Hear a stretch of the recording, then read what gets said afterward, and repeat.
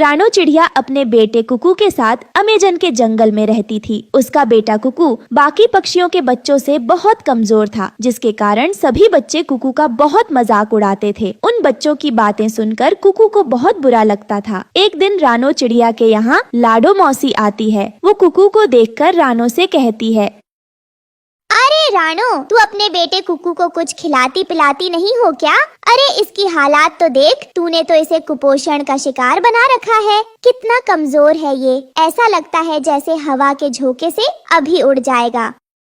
लाडो मौसी सब कुछ खिला पिला के देख लिया, दूध मक्खन केले सब कुछ, लेकिन इसके शरीर में कुछ लगता ही नहीं है। ये बिल्कुल अपने पापा पर गया है, वो भी इसी के तरह पतले दुबले थे। लेकिन मौसी माँ, मुझे सब लोग लकड़ी लकड़ी बोलकर मेरा मजाक उड़ाते हैं। बेटा, अब तू पतला दुबला है तो इसमें तेरी क्या गलती है। शाम को कुकू अपने दोस्त हरिया तोता के साथ खेलने चला जाता है। दोनों बॉल से खेलने लग जाते हैं। तभी दो शैतान बच्चे कालिया और कालू कौवा वहाँ आ जाते हैं और कुकू से बॉल छीन लेते हैं। अरे हटो यहाँ से, ये बॉल अब हमारा है, हम खेलेंगे इससे, समझे तुम दोनों? नहीं, ये मेरी बॉल है। कल ही मेरी मौसी माँ मेरे लिए ये लेकर आई थी।